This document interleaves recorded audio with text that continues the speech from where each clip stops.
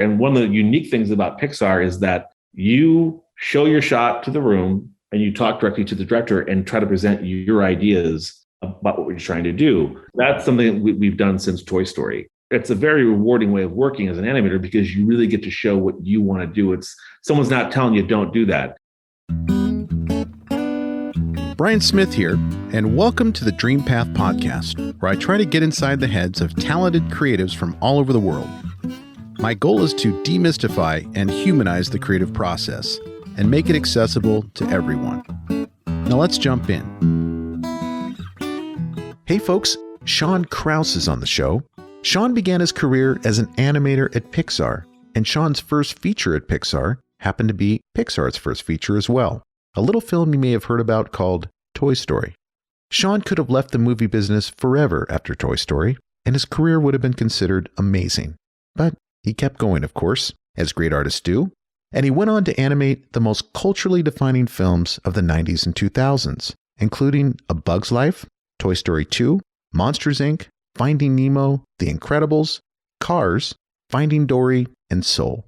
He also led the entire animation team on Cars 2, Inside Out, and Up, which was the first animated 3D film to open the Canne Film Festival. Up also won the Academy Award for Best Animated Feature and was nominated for Best Picture. I think I've seen every one of Shawn's films in a movie theater with my kids, laughing and sometimes even crying at the incredible stories these films brought to the big screen. During Shawn's tenure at Pixar, he also oversaw the animation production on several Pixar attractions at Disney theme parks. Along the way, he picked up a Visual Effects Society Award as the lead animator on the character Joy from Inside Out, and became a member of the Academy of Motion Picture Arts and Sciences. In 2020, Shawn left Pixar to join Spire Animation Studios as creative director, where he's working on a number of exciting projects, including an animated feature with Danny McBride called Trouble. If you listen to my interview with Shawn's colleague at Spire, Michael Suri, which launched a few days ago, you've probably already surmised that it's Animator Week on the podcast, and I don't think I could have picked two more talented animators to have on the show. So without further ado, let's jump into my chat with Shawn Krause. Shawn Krause, welcome to Dream Path Podcast. Thanks so much. I wish I had a cool microphone like that. Oh, yeah, I just got this thing a couple weeks ago. And before, I've been doing this a couple years, and I've always had this trusty little $100 mic, and it's worked wonderfully. But I decided to upgrade, and now it looks like this monstrosity near my face. But no, it's great. It sounds so much better. We work with a guy on the rigging side of things, and we joke with him because it sounds like a podcast. Every time we talk to him, hello, you get this great sultry voice. It's got that radio DJ voice. Totally, yeah. Yeah, I'm trying to look and sound legit as much as possible these days. So, like the guitar collection too, by the way. Oh, thank you. Yeah, I try to have a backdrop that is a little more interesting than my blank wall or maybe my linen closet. I moved out of my office, my makeshift office, because we're all working from home. I had to come in the living room because I basically did my laundry room up with a curtain. So it wouldn't be like you couldn't see it. To turn my whole office the other way towards the wall was going to be too much work. So, yeah. So where is home for you? I'm up in the Bay Area in Lafayette, California. Oh, okay. You know the Bay Area at all? A little bit. You know where Walnut Creek is? Where? Walnut Creek? No. Okay. Yeah. I know San Francisco and Oakland. That's about it. Okay. Yeah. So if you took Highway 24 across the Bay Bridge and went straight out through the tunnel, it's about 20 minutes northeast of that. So. Yeah. Cool. Yeah. Well, so how is it working away from the hub of Los Angeles? Well, I've only been up here my whole career. Yeah. So that's all I know. But we're going to move down there because we're going to put our studio down there. But yeah, so I came out. I grew up in the Midwest. Grew up in St. Louis, and so when I came out, I was in LA, and then came up to the Bay Area. Pixar was basically my first job. Okay.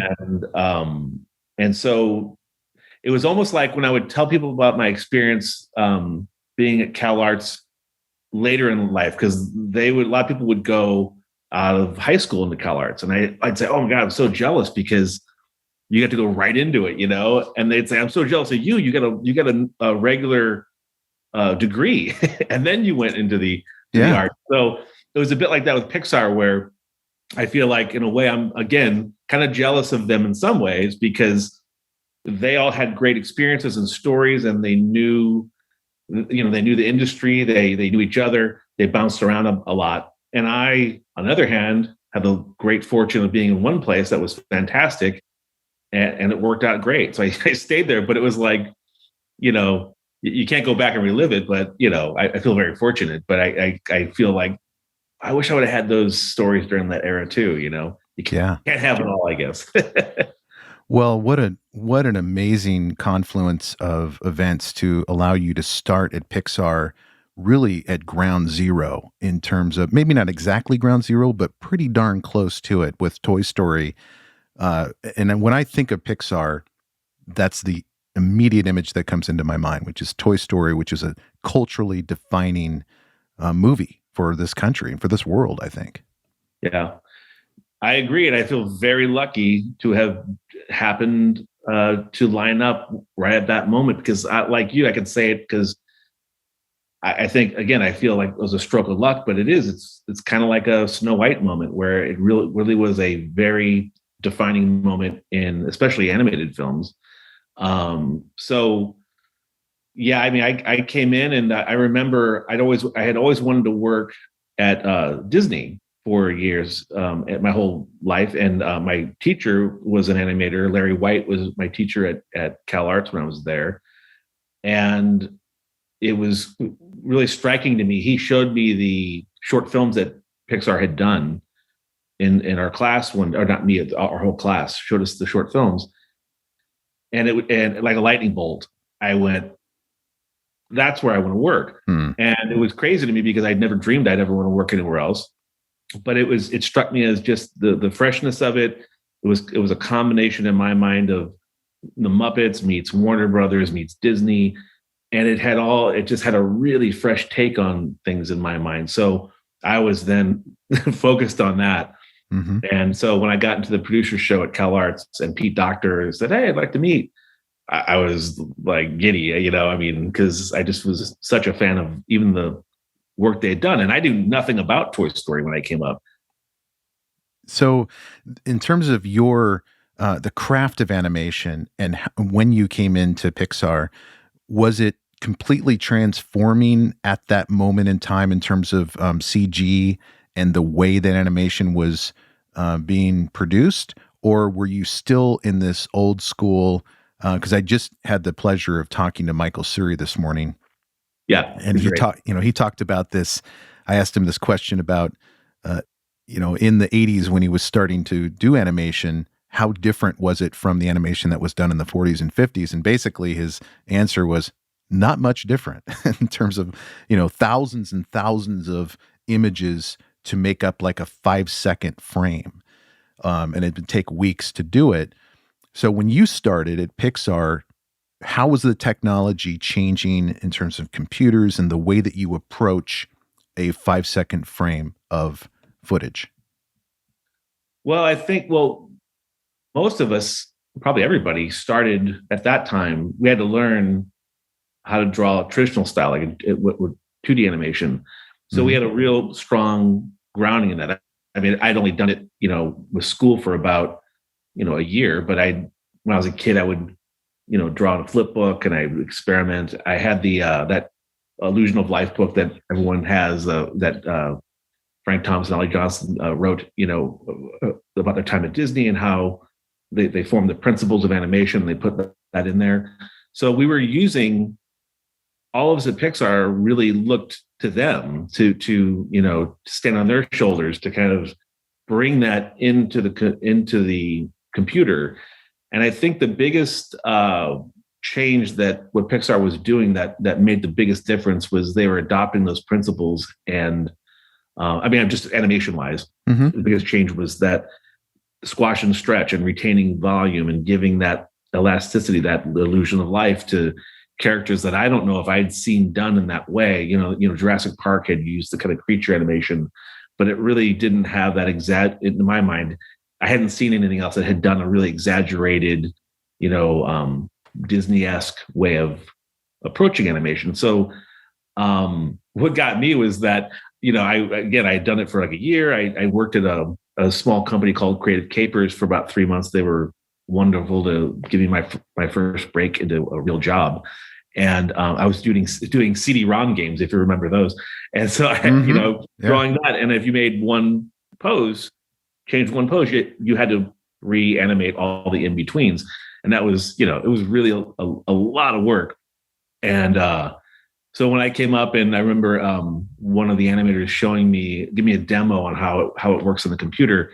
And when he had this ball there, and he moved the ball up and down and changed, the height of it, and would squash it or change the timing of it, and then pull a camera around, I was a little bit like, I'm in, because you get all that for free. So, right. So I think we tried to hold on to all the principles and the ways of looking at animation that a traditional animator would. I think with the computer, the difference was it's easy to. One of the pitfalls, it's easy to look at these characters, especially when they're designed so beautifully, and just move them around and think, done. It's like it looks great, and then, but you're not thinking about the pose all the time. You kind of force yourself to plus it or break something in a different way to make it look like a graphic representation for a stronger silhouette or a stronger pose. Mm-hmm. And then the other thing that is can be challenging is under the hood when we're doing things. When you look at the arc of this is a bouncing ball going up and down, you would have in the computer a bell curve to describe that movement, and if you had to be a lighter ball, it would be like a bell curve with like a really smooth top and then a sharp bottom. And if you looked at it with a heavier ball, it would be the opposite. And so you would look at those things and feel it out when you watched it, but you have to really think about the frame visually like a traditional animator would, to think of spacing, because the spacing has such a huge impact on the feeling of something as well. So you can't just always rely on how does these arcs for these linear representations of movement over time look.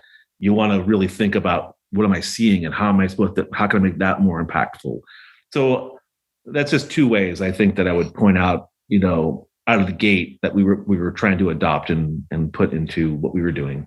Yeah. And since that time, I mean, today, for animators getting into the business, are they still going to have to come in with that same core foundation of drawing skills and understanding, anatomy and just the basics of drawing as much as they did back then, or is it different now? Well, I think that, that's always great. That's a huge plus to having. Drawing is fundamental.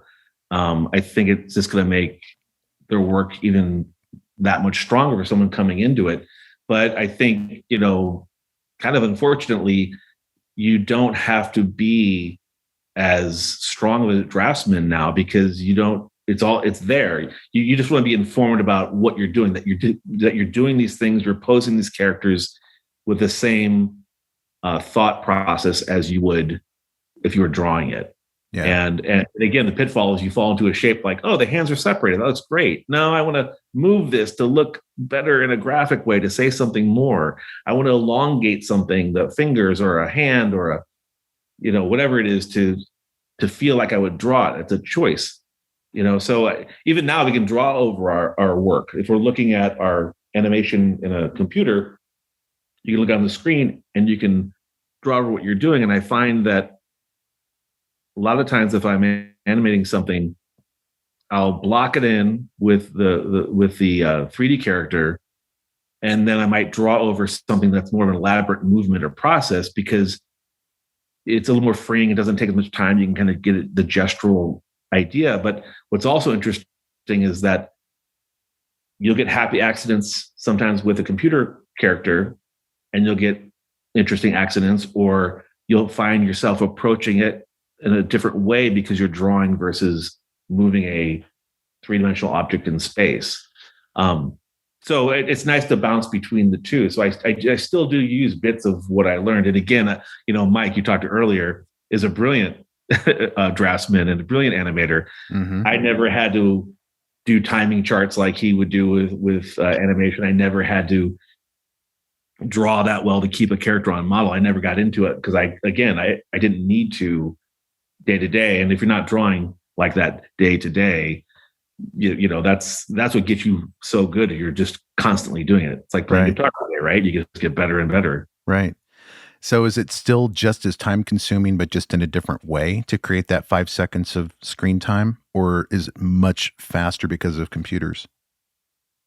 It's relative. I think it just depends what you're doing. If you're doing cars, it's probably a lot faster because I think it's a lot trickier to hand draw a vehicle or something as rigid in 2D. Conversely, if you're doing organic characters, fish, people, it might be easier to draw it by hand because it's all there, where you have to force something that is very rigid or plastic to want to be organic when you're using computer graphics. So there's a balance, and I think at the end of the day, we don't save that much time, because even we would go back when I was at Pixar and look at how long did it take to render a frame from Toy Story 1?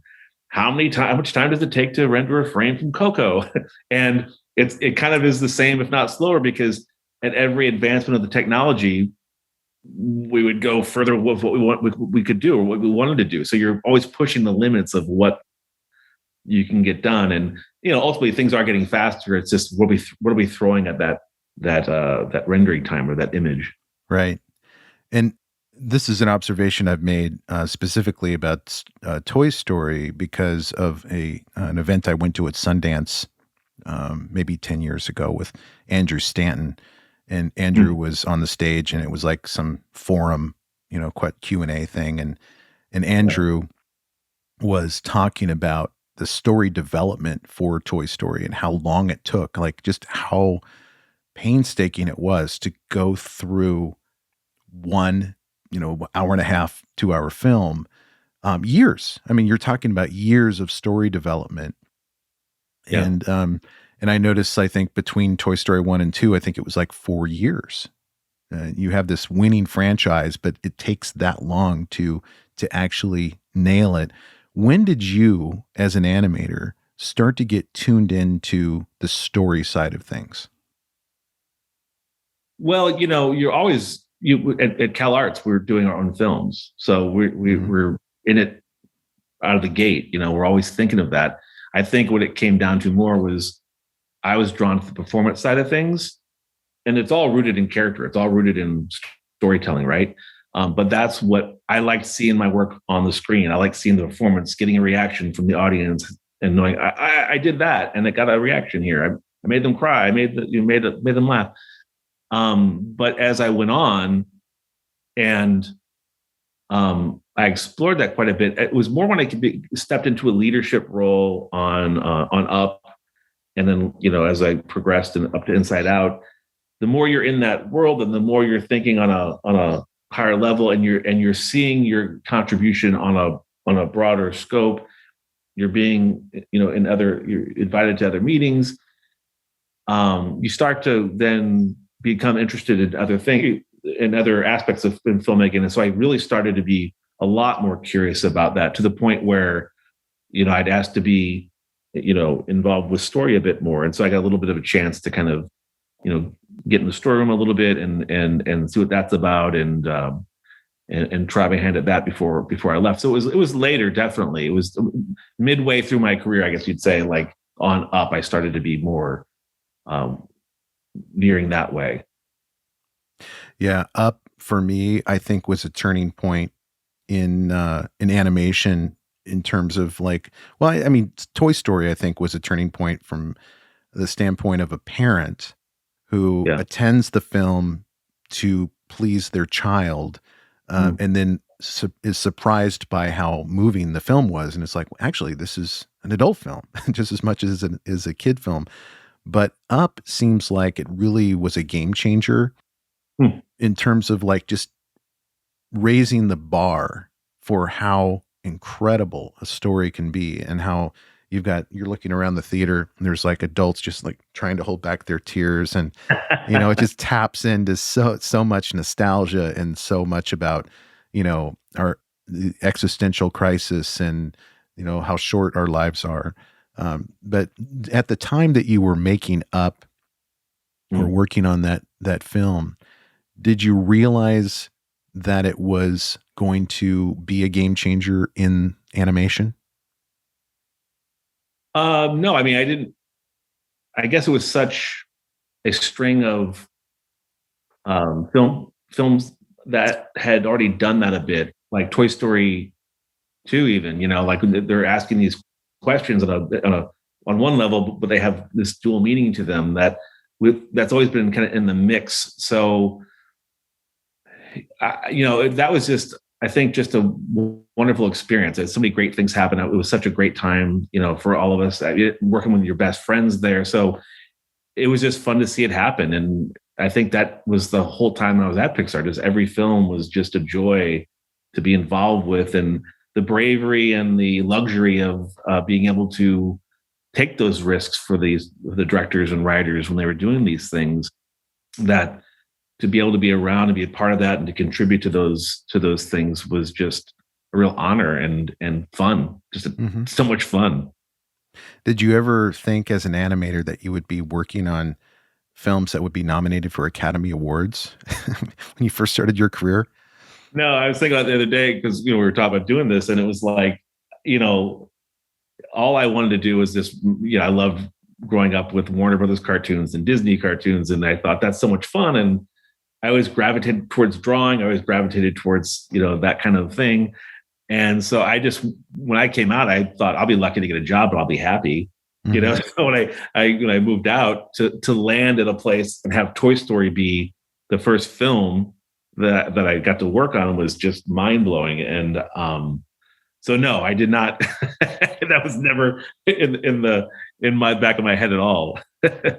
And Cannes, I mean, I see that Up was invited to show at Cannes. And did you go to Cannes, or what was that experience like? No, I did not go, but it was wonderful. That was a cool thing because I think it was one of the first animated films that I know of to be there and to be in that held in that regard. And so I was just so happy for Pete Docter and Jonas especially because Pete Docter, someone I met at CalArts, and when we came to the producer show, but Jonas, I had known Jonas when he started there. He was a producer, and we became friends like the first year, and it was just fun to see him rise through the ranks. He's such a great person and such a talented person, and just so happy because there's such good people too. And so that was again, all these kind of firsts or big things happen with each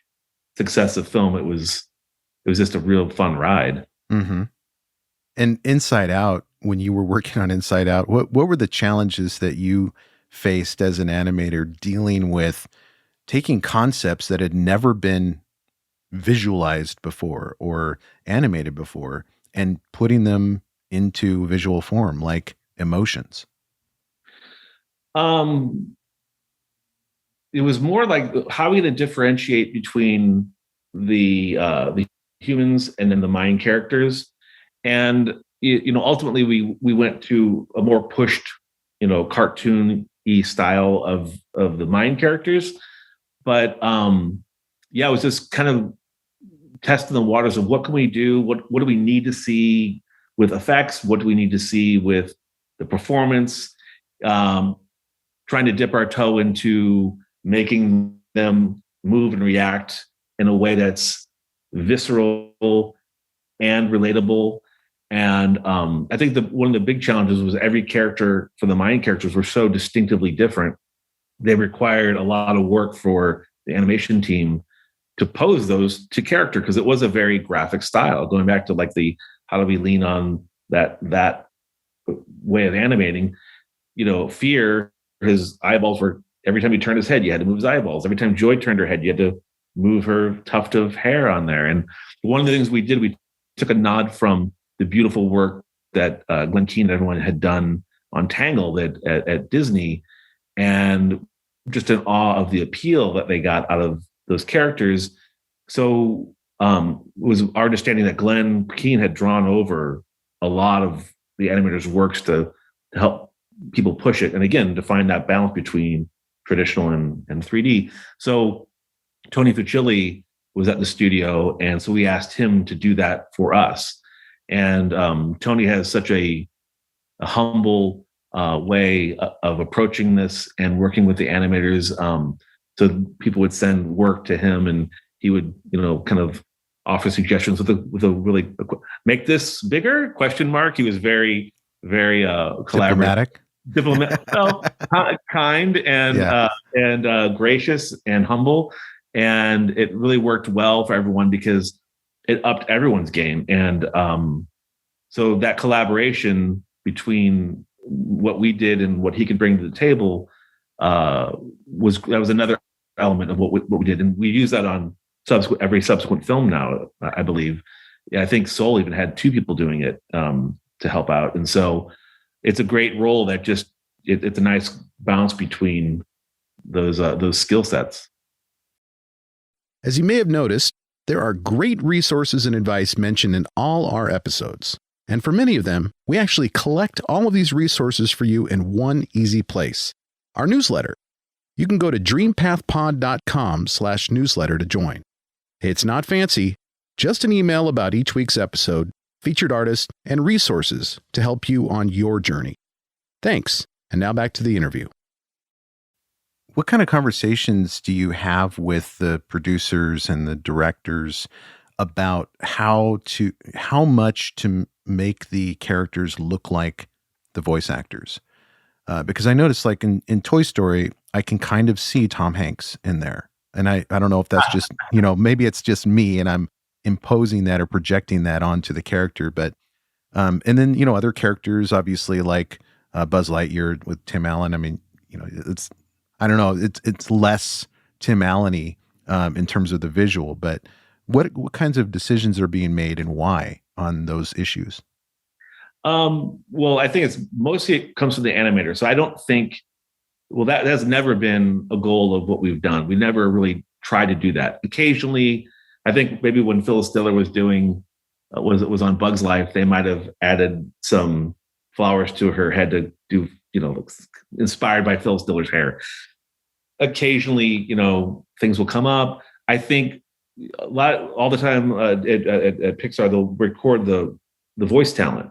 Mm-hmm. And so some animators like to do their own reference. Some animators thumbnail only. Sometimes they look at the voice actors doing the performance and just try to pull inspiration and ideas from anywhere you can. So maybe, sometimes people will pull something from a performance so it could look like Tom Hanks or, or Tina Fey or somebody, but it's never the goal. It's never the idea is to do it that way. Mm-hmm. I think other studios might have done that more than we did, but what was funny to me was that I remember people would talk about when people were drawing and doing 2D animation, you had a mirror you'd look in and you draw the character, and it would start to look like the animator occasionally because you're looking at the way your brows furrow. You're looking at the way you would snarl your mouth. Right. So I think those things would be reflected in a drawing, and it felt weird that would happen in 3D, but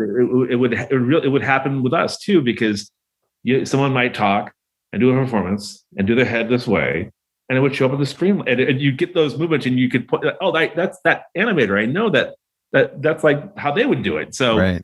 Those elements would creep into what we're doing as well. So I guess it's just natural because you're looking at yourself to do these things. Dude, is this just a wives' tale, or is this true that sometimes animators will slip things into animated films that are kind of like little, I forget what you call them, but hidden things that are kind of inside jokes or things that you wouldn't pick up on consciously? Yeah, I think for years, going way, way back, you hear stories and you'd see things from other Disney films or Warner Brothers days, signs or caricatures of people that they knew. And certainly in our films, it's well known. I mean, it's throughout every film. There's maybe I think there was maybe a doll in the girls' room in Up when the balloons go up. That was the next movie, and this movie has a car from this movie, and it's a toy. So there's all these ways we were kind of hinting at things. There's the number of the CalArts school classroom that's in all the films, and so there's all kinds of those kind of inside jokes, on Incredibles. At the beginning when Mr. Incredible was going through the streets, I believe that's all downtown Emeryville, where Pixar is, the streets he's going through. So there's lots of little nods and winks to. Oh, and here's one Inside Out. I remember they had my dad's a locksmith, has a shop in St. Louis, and she runs up. One of the first sequences we did, she runs up to a door to open the door, and I was like, oh, I wonder if on that lock you could put, the graphic or the name of my dad's shop on there, because it'd be kind of. So I gave him a business card just to kind of say, this is what it is. And I totally forgot about it. And like 6 months later, someone comes up and says, boy, who did you pay to get your name everywhere? And I said, what do you mean? And they said, well, we went to a sets review and your dad's shop's everywhere. So they used my dad's shop logo in the window. And you'll see it on when Riley and her mom were walking up the street talking about getting pizza. And then even better, at the end, when you're going into the minds of characters and there's the cat moment. Yeah. It has my dad's logo and it hasn't changed. It's the logo. And so people will go into the key shop in St. Louis and ask, how did your name get in there? So it's kind of fun. So that is one that it was nice to kind of be surprised that it would be that out there, That's great. Yeah. So tell us about Soul. I watched it recently in the last couple of months, I think, and watched it with my kids, and it was just incredible. It's like an experience that, I mean, you just know you're watching something really special when you watch it. And Inside Out is the same way, a completely different world that's created, and these fantastical elements that all come together in this really incredible way. Tell us about working on that project. Well, in that one, I was kind of bouncing around a little bit. I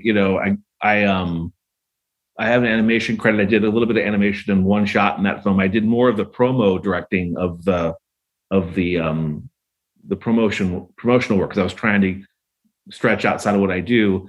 And I was lucky enough to kind of shadow inside the storeroom a little bit and kind of just be a fly on the wall and see if I could learn something in there. So, I think what I could speak to on that is more about just watching the way, Pete Docter and the story team come up with this and try to form this world and the conversations and the wild, what can you use, because there's so many ways of looking at things, and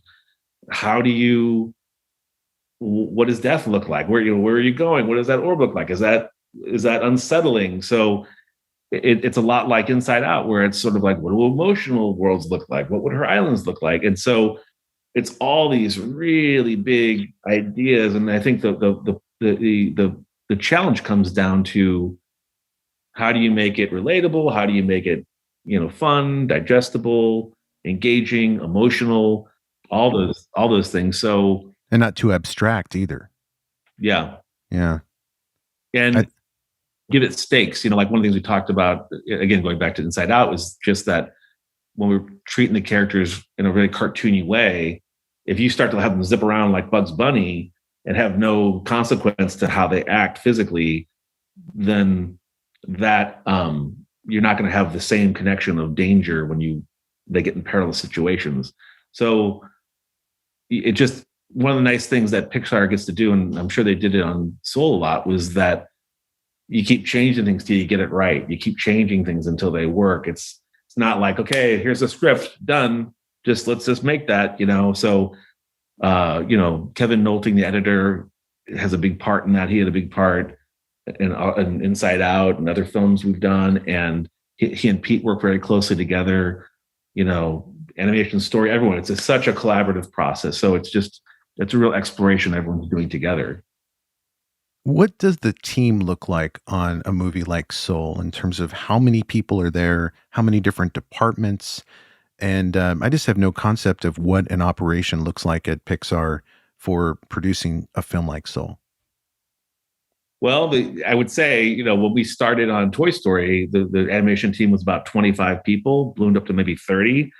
You get to the era of Soul, you're over 100 animators, over 110 animators or so, working on these things. The dailies get to be 2 hour or 2 hour dailies, not half an hour long dailies. What are dailies?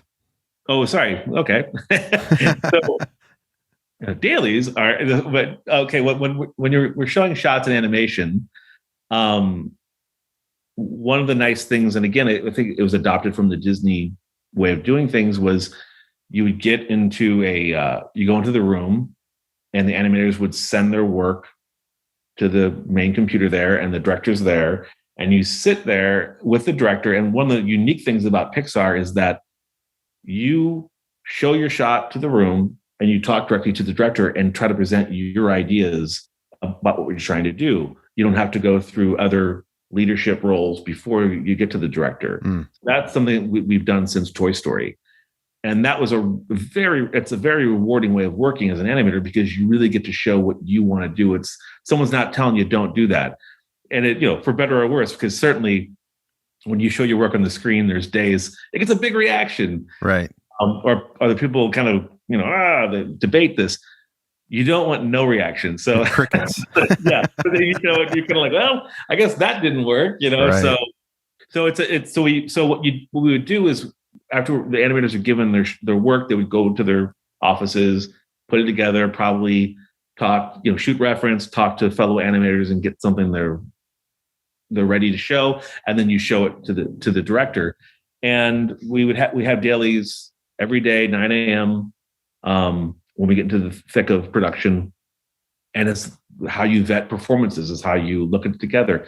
You look at all the shots in sequence to make sure things are playing well together, and that you're looking at it so that you don't do something and then you watch it with the other work around it and you're like, oh, that totally doesn't work because everything's going on 11 and really huge. We have to have a nice flow to this. Are things hooking up in continuity from shot to shot?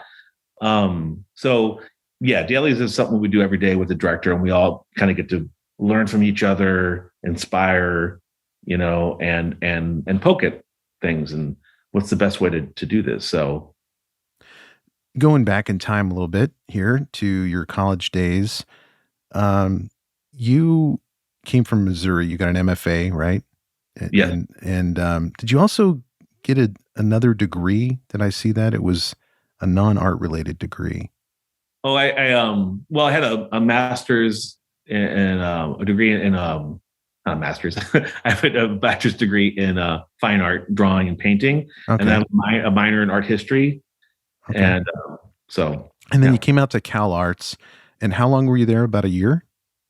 Just one year to Cal Arts. Yeah. Yeah. So how important was your bachelor's degree in terms of your formation as an artist and as a craftsman versus the Cal Arts piece?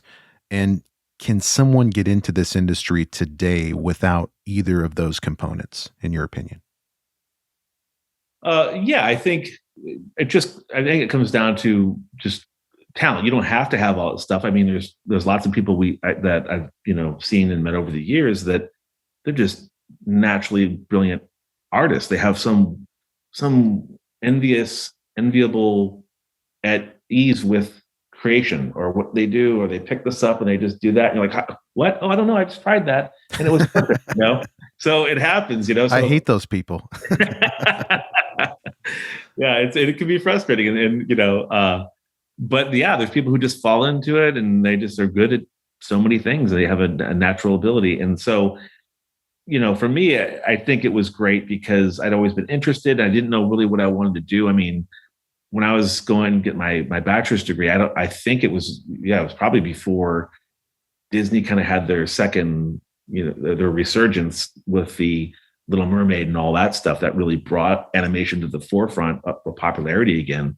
So, I didn't know what I was going to do. So, but I always loved, film, and I loved fine art. And my parents were always big lovers of things like that. So I think that because they were into it, I was inspired to do things like that. I would draw all the time.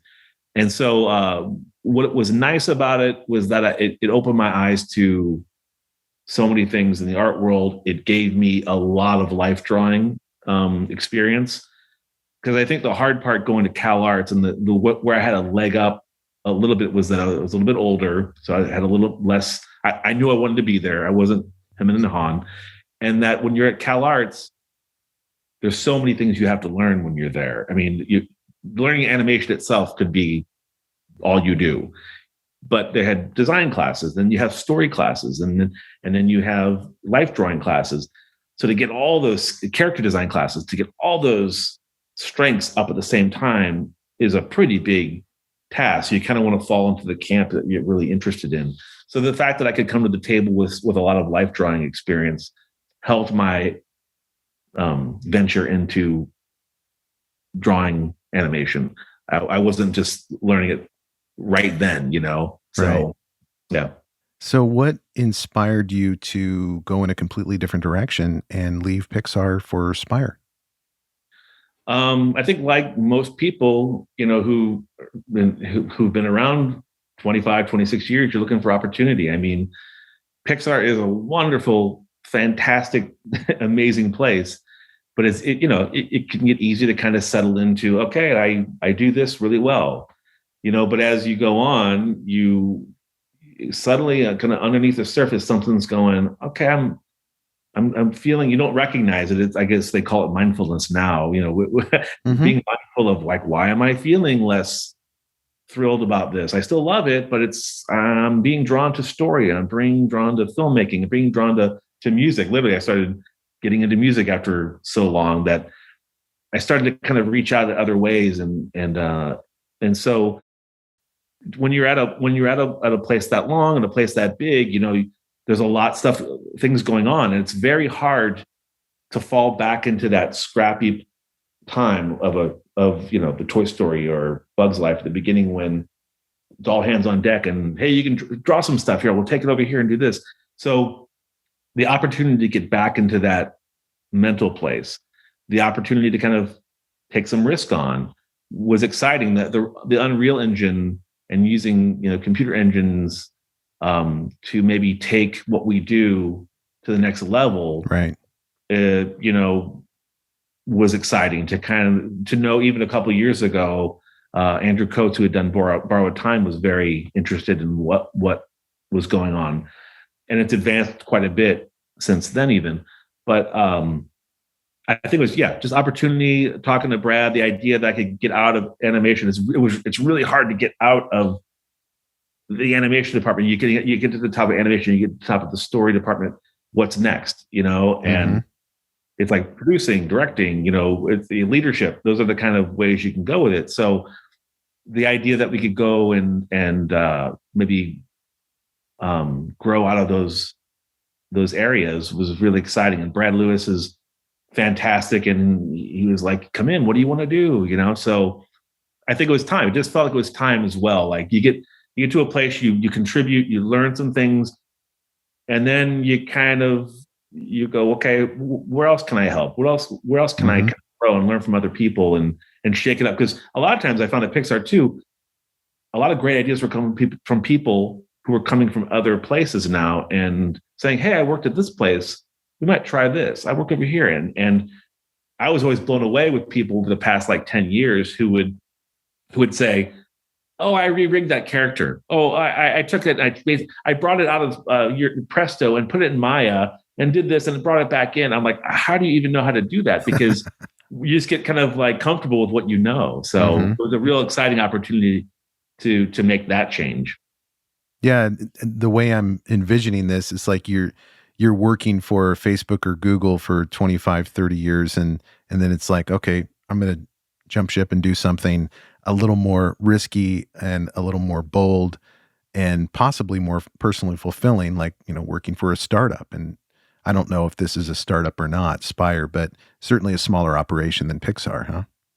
Yeah, and it definitely is like a startup-y feel, because I mean we're building the pipeline, we're figuring things out, we're starting fresh. All the nice, things that you had, you think, okay, I'm not going to have this. We'll be here. Oh, we don't have that. Oh my God, we don't have this. So you're like going, we're really getting everything together, but everyone's really excited and enthusiastic about it, and yeah, it's a really fun time right now. So what kind of projects are you excited about right now? I saw something about on your Twitter feed about Trouble with Danny McBride.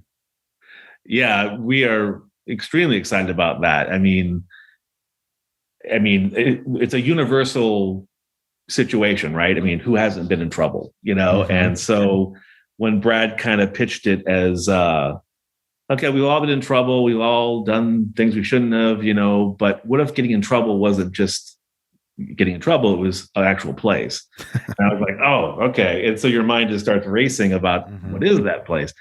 And then when he said, Danny McBride was on it, I'm a huge Danny McBride fan, and and his writers, Kevin Barnett and Chris Pappas I met them in a few meetings as we've gone along, and they're just brilliant, hilarious people and writers. And so it just feels like this could be something. One of the great things is that we don't have an identity as a studio yet. We don't have a way we have to approach things. We don't have a certain sort of way of telling stories that you can fall into after a certain amount of time. So the idea that we could take this to places that we're not tethered by, our own limitations, maybe, is exciting to see where that can go. So yeah, I mean, and the little bit I've briefly met, Danny McBride in meetings, and just to see how brilliant he is as a story mind, and how funny he is, and how it's inspiring to be in the room with him, the Zoom room. So yeah, it's interesting that there are certain comics or comedic actors in this, in the entertainment industry who, they're known for being funny, but I think to be that funny, you have to be vulnerable. Like you have to be ready to be the buffoon and have everybody see how flawed you are. And that's part of their magic. But I think also that translates really well into connecting to people on an emotional level. So that's why I think comedians like Bill Murray are so great in dramas, Lost in Translation. And it's like, I think Danny McBride has that. There's something about Danny that's really special in that way, kind of a Bill Murray or Jack Black, sort of like, he can make you cry with laughter with raising one eyebrow, that type of charisma. Well, and it takes some pretty amazingly flawed characters who do some great, despicable things, you'd say, and some make some terrible choices, and you're still rooting for them. You still like them, or want to watch them, right? That's phenomenal in itself. Like that's quite a feat to pull off. So yeah. Who can ever imagine rooting for the Eastbound and Down character? I know, but I was. I mean, we all were. Yeah. Well, Shawn, it's been a real pleasure talking to you. And I see you're on social media on Instagram and Twitter, and your handle on those channels is Krause_Shawn, right? Yeah. KRAUSE_Shawn. And any other places online where people can reach out to you and ask questions and connect with you? I'm on LinkedIn, and so that's about it. Okay. I'm on it occasionally. I don't really, throw things at it every day. So yeah, well, I really appreciate you sharing your story with me. I appreciate you, reaching out and connecting. It's been really nice. All right. Thanks a lot. Yeah. Thank you. Hey, thank you for listening, and I hope you enjoyed today's episode. If so, I have a favor to ask. Can you go to wherever you listen to podcasts and leave me a review? Your feedback is what keeps this podcast going. You can also check us out on Instagram, Twitter, and Facebook with the handle @DreamPathPod. And as always, go find your dream path.